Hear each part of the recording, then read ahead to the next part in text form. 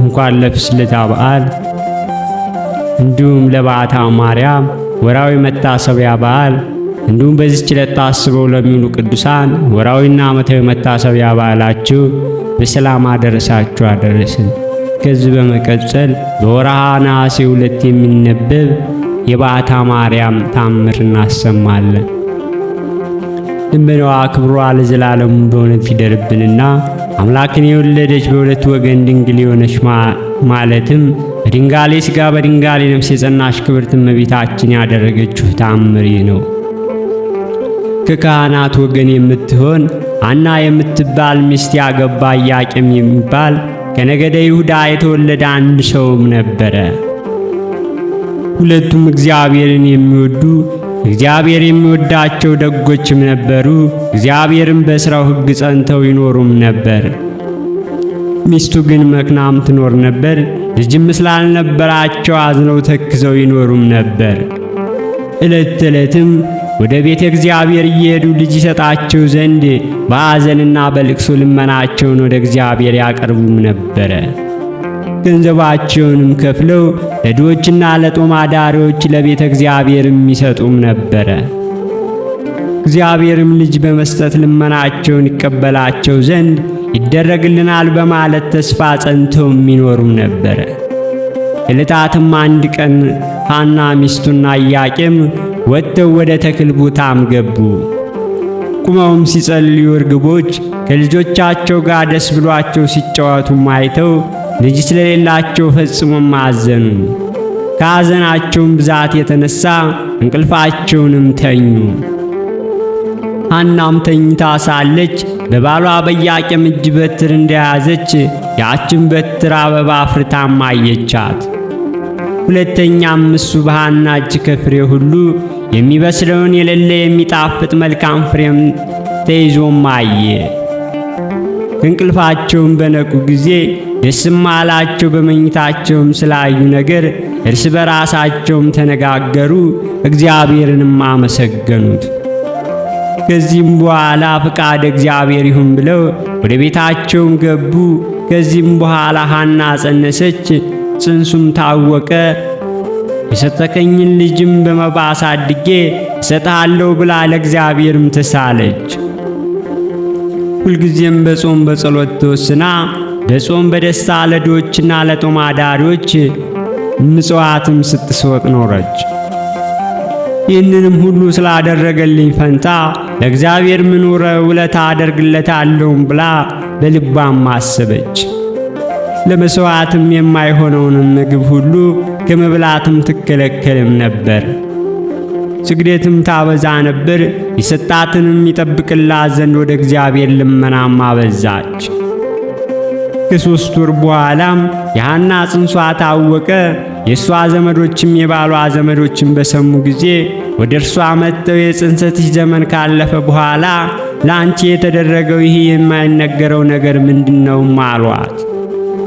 መጸነሷንም ያዩ ዘንድ ማኅፀኗንም ዳሰሱ። ዓይኗም የታወረ ከክብርት ሐናና ዘመዶች ወገን አርባሳ ልጅ የምትባል አንዲት ሴትም ነበረች። ምንም ሳታቅ ዓይኗን በዳሰሰችም ጊዜ ፈጥና ዳነች። ብፅዕት ሐና በዳሰሰቻትም ጊዜ ፈጥና ዳነች። ብፅዕት ሐና ሆይ ብፅዕት ይገባሻልም አለቻት። ዓለም ከተፈጠረ ጀምሮ እንዳንቺ ማኅፀን ያዋራልን ዓይን የሚያበራ የለምናም አለቻት። ዘመዶቿም ሰገዱላት። ብፅዕት ሐናም ከጥበበ ኮከብ ፀሐይ እንደከበረ በሳቸውም ላይ ከበረች። ዝናዋ ሁሉ በሀገር ሁሉ ተሰማ። ዲያቆኑም ሁሉ ሕማም ሁሉ ያመጡ ማኅፀኗንም እየዳሰሱ ይፈወሱም ነበረ። ፍጥረትም ሁሉ በማኅፀኗ ሳለ ሕመም ይፈወስም በተወለደ ጊዜም እንደምን እያለ ይህን ሁሉም አሉ። የእስራኤልም ልጆች በሰሙ ጊዜ ተሰብስበው ስለዚህ ነገር ምን እንላለን? እነሆ ኢያቄምና የእስራኤል መንግሥት አጠፋ። ሐናም ጸንሳ ሳለች በማኅፀኗ ታድናለችና በእኛ ላይ ልትነግስ አይደለምን? አሉ። ከሳቸውም አንዱ ይህንን ያስደንቃችኋልን? ሙሴ እንደጻፈው በድንጋይ ወግረን እንግደላቸው ዘንድ ኑም አላቸውና ሁሉም ተቀጣጠሩ። በመንፈቀ ሌሊትም በሆነ ጊዜ ስሙ ገብርኤል የሚባል መልአክ ከሰማይ ወርዶ በዘመድ የከበራችሁ ኢያቄምና ሐና ተነሱም አላቸው። ሊባኖስ ወደሚባል ተራራም ወሰዳቸው። እኛንም ከአርያው ሰይጣን ወጥመድ ታድነንና መፍራትን መውደድን የተመላች ስሟ ማርያም የምትባል በዚያም ተወለደች። ልበናዋ ክብሯ ለዘላለሙ ከኛ ጋር ይሁንና የእመቤታችን የቅድስት ድንግል ማርያም የፍልሰተ በዓሏን እናሰማለን። ሥጋዋ በፈለሰበት በዓል በነሐሴ 1 ቀን አንድ ሰው በድንጋሌ ሥጋ በድንጋሌ ነፍስ የጸነሰች የእመቤታችን ምስጋና አመሰግናለሁ አስባለሁ። ፍልሰቷንም በሚናገር መጽሐፍ በድንጋሌ ሥጋ በድንጋሌ ነፍስ የጸናች እመቤታችን ይቀብሯት ዘንድ ሲወስዷት አይሁድ ስለዚህ ነገር አስክሬኗን ጥለው ሽሹ የሚልም አገኙ። በድንጋሌ ሥጋ በድንጋሌ ነፍስ የጸናች የእመቤታችንን አስከሬን ጥለው እንዳልሸሹ ያን ጊዜ መንፈስ ቅዱስም አሳሰበኝ። መንፈስ ቅዱስም የሚያጽናናው ስለሆነ ከመገረፍ የተነሳም ፍርሃትም የለባቸውምና። የክርስቲያን ወገኖች መላችሁ በመስማማትና ልብ በማድረግ ስሙም አዳምጡም። አምላክን የወለደች በድንጋሌ ሥጋ በድንጋሌ ነፍስ የጸናች ክብርት እመቤታችን ከዚህ ዓለም ድካም ፍጻሜ መከራ ባረፈች ጊዜ ስቀቀንም ሆነ እንደ ተናገርኩት በሕልሜም በገብርም ቢሆን ምንም አልነካትም። ወንድሞቼ ሆይ ለዋርያው የተሰጠ የእግዚአብሔር ጸጋ እናገር ዘንድ በድንጋሌ ሥጋ በድንጋሌ ነፍስ የጸናች እንደሆነች አምነንም እናስተምራለን። ወደ እሷም ደርሰው ታማ ባገኟት ጊዜ ከእርሷም ተባርከው በረከትም ተቀበሉ። በዚያችም ቀን በጸጋ ላይ ፍጹም ጸጋም አገኙ። ያን ጊዜም በፊቷ ሰገዱ፣ ሥጋዋንም እጅ ነሱ። በኋላም በፊትም ሆነው ፍጹም ምስጋናም እያመሰገኑ በአልጋ ላይ አድርገው አክብረውም ገነዟት። ሐዋርያትም እንደገነዟት በጌተሰማኒም እንደቀበሯት በተረዳን ነገር እነሆና እንነግራችኋለን እናስተምራችኋለን። አምላክን የወለደች በድንጋሌ ሥጋ በድንጋሌ ነፍስ የጸናች ክብርት እመቤታችን በመንገድ ጥለዋት እንዳልተበተኑ የእመቤታችን የፍልሰቷን የሚናገር መጽሐፍም እንደሰማነው ነው። ድግመኛም እርገቷን በሚናገር መጽሐፍ፣ ድግመኛም ስንክሳር በሚባል መጽሐፍም ተጽፏል። ጌታችን በዮሐንስ ወንጌል የሰማነው እንድንናገር ያየነውን እንድናስተምር እንደ ምስክርም በሆነ እነግራችኋለሁ እንዳለ ያየ እንዳየ ይናገራል። የሰማም ወንጌላዊ ዮሐንስ በጻፈው አምላክን የወለደች በድንጋሌ ሥጋ በድንጋሌ ነፍስ የጸናች የክብርት እመቤታችን ፍልሰቷ የሚናገር መጽሐፍ እንዳየነው እንደሰማነው እንናገራለንም። አምላክን የወለደች በድንጋሌ ሥጋ በድንጋሌ ነፍስ የጸናች የክብርት እመቤታችን የፍልሰቷ ነገር የሚናገር መጽሐፍም እንደተነገረ ነው። እርሱ ራሱም የጻፈውም ነገረኝ። ድግመኛም የእርገቷን የሚናገር መጽሐፍ እንዳገኘው፣ ድግመኛም ከሰማይ አንዱ መጽሐፍ ሕግ የወጣ ስንክሳር በሚባል መጽሐፍ እንዳገኘነውም አምላክን የወለደች በድንጋሌ ሥጋ በድንጋሌ ነፍስ የጸናች ክብርት እመቤታችን አስከሬን በሐዋርያት በመንገድ ጥለዋት ሸሹ የምትል ሰው ስማ ሐዋርያት ጽፈውታልና መጽሐፍቱም እንደተጻፈው ተናግሯልና። እኒህ የሰሩትንና የሆነውን ሁሉ ስውር ቅናት የተመላ የአይሁድ ያደረጋቸውን እንዳደረጋቸውን ከአንደበታቸው ምንም ሐሰት አይናገሩምና ዓለማዊ ሰውነት ገንዘብ በማድረግ የማይቻለውን እውነተኛ መንፈስ ቅዱስም ገንዘብ አድርገናልና። የሐሰት ነገርን ምን ኃጢአትን ለምን ትሻላችሁም አለ። በአራቱም ማዕዘን ሁሉ በአደባባይ ሁሉ እየዞረ ንጹሕ በሚሆን በአባቶቻችን በሐዋርያት ላይ የሚያሳፍረውን ነገር ሁሉ አመጣባቸው። የንጽሕት እመቤታችን ማርያም አስከሬን ጥለው ሸሹ ብለ ደፍረህ ትናገርባቸው ዘንድ አይገባንም አሉ። ይህ ሥራ ለአጋንንት ነው እንጂ ለአባቶቻችን ለሐዋርያትም አይደለ። የኤጳዝዮን ዕንቁ ወልደ ነጎድጓድ ዮሐንስ የጻፈው የፍልሰቷን የሚናገር መጽሐፍ እንደተናገረው ገንዘው ታቅፈው አጽንተው ተሸክመውም ወስደው አደረሱ እንጂ እጅ ነስተውም እያለቀሱ በጌቴሰማኒ ቀበሯት እንጂ አልጣሏትም። እመቤታችን ከቸርነቷም ወገን እናታቸው ናትና ከቤተ መንግሥትም ዘንድ እመቤታቸው ናትና። አባቶቻችን ሐዋርያትስ ልሳነ ኅፍረትን ክብር ጳውሎስ እንደተናገረው ከዚህ ዓለም እንደ ጥንግ የሆነው ስለማን ነው? ስለማን በእግር በትር አጽንተው አሰሯቸው?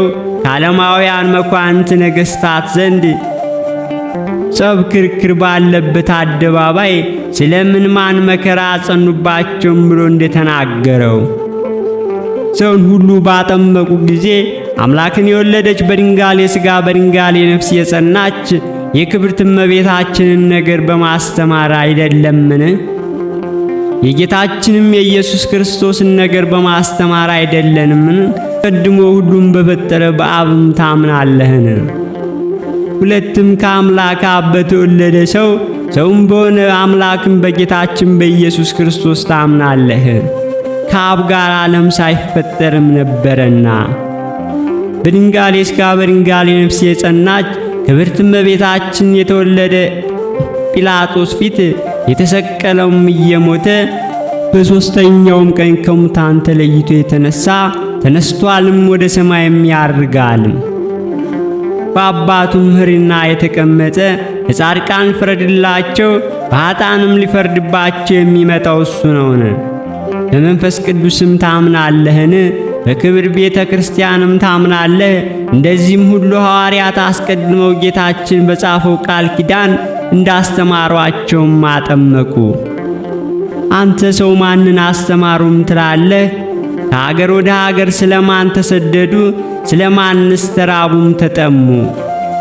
ስለማንስ ጠልተው መከራ ጸኑባቸው? ስለማንስ ይዘው አሰሯቸው? በመጋዝስ ሰነጠቋቸው?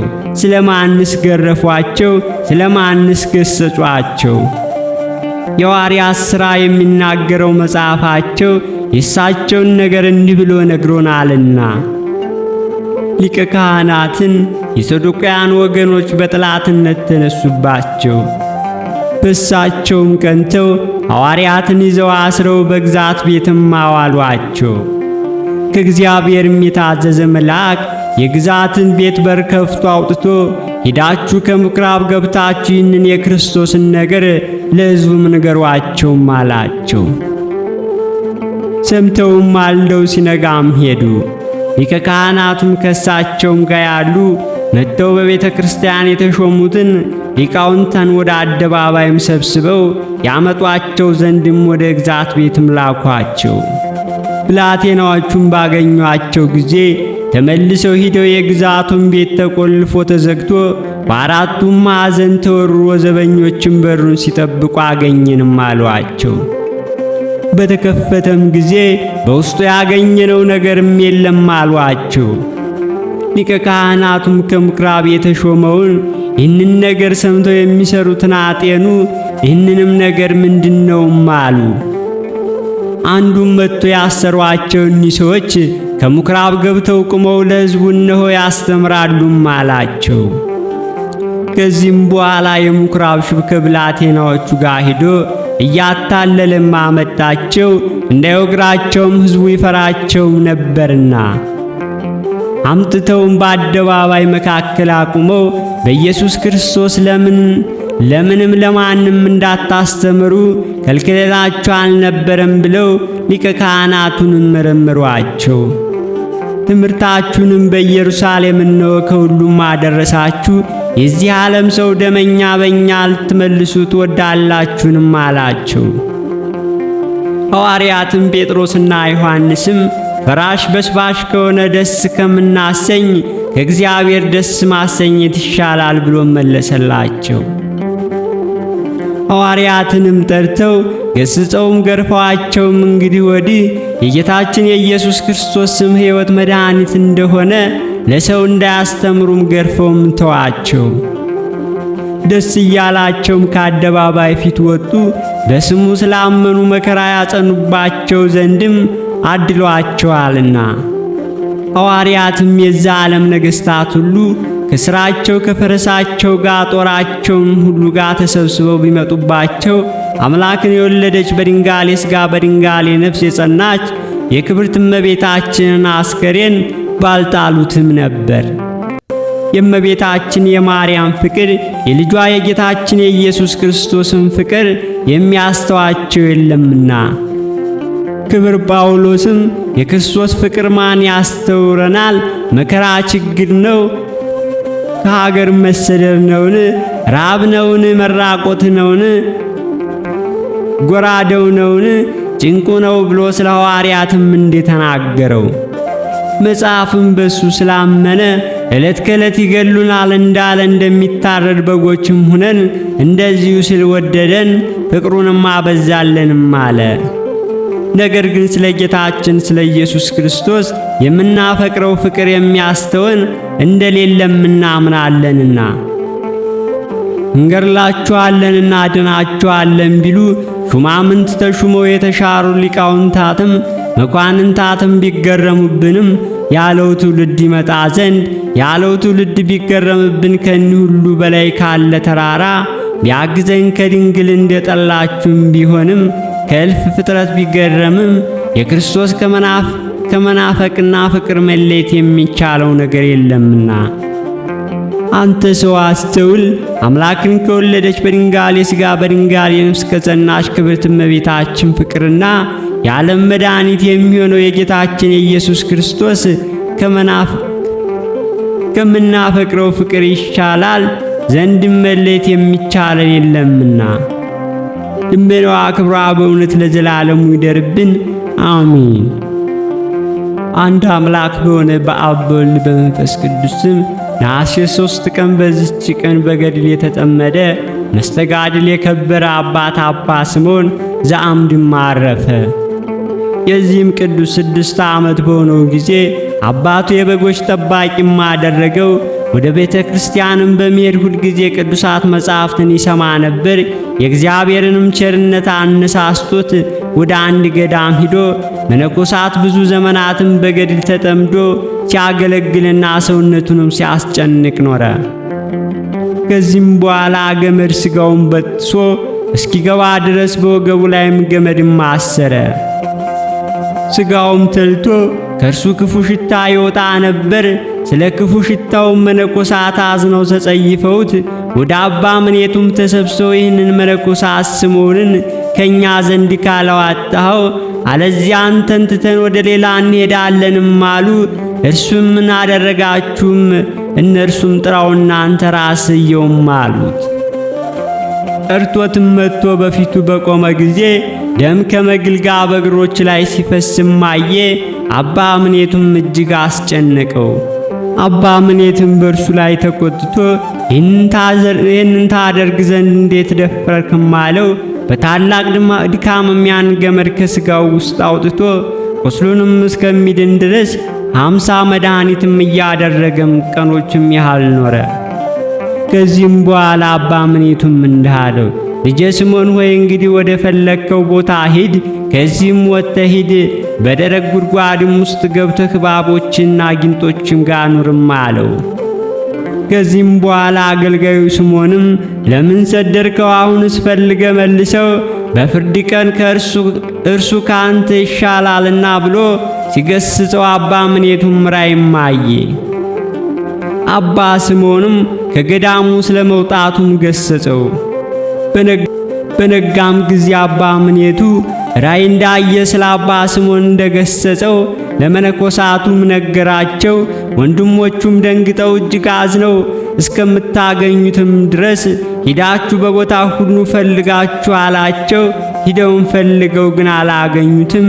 ከዚህም በኋላ መብራት አብርተው ወደ ጉድጓድም ውስጥ ገቡ። ያለ መብልና ያለ መጠጥም ከእባቦችና ከጊንጦች ጋርም ተቀምጠውም አዩት። ገመድም አወረዱለትና ከዚያም አውጥተው በፊቱም ሰግደው በአንተ ላይ ያደረግነውን በደላችንን ይቅር በለን አሉት። እኔም ስላሳዘንኳችሁ ይቅር በሉኝም አላቸው። ከዚህም በኋላ ወደ ገዳሙም ወሰዱት። በብዙ ገድልም ተጠምዶ ሲያገለግልም ኖረ። ከዚህም በኋላ ከዚያ ገዳም በስውር ወጥቶ ወደ አንዲት ረት ቋጥኝም ደረሰ። በእርሷም ላይ ሳያርፍና ሳይተኛ 30 ቀንም ቆመ። ከዚህም በኋላ የእግዚአብሔር መልአክ ስለ ብዙ ሰዎች ደህንነት እግዚአብሔር እንደጠራውም ነገረው።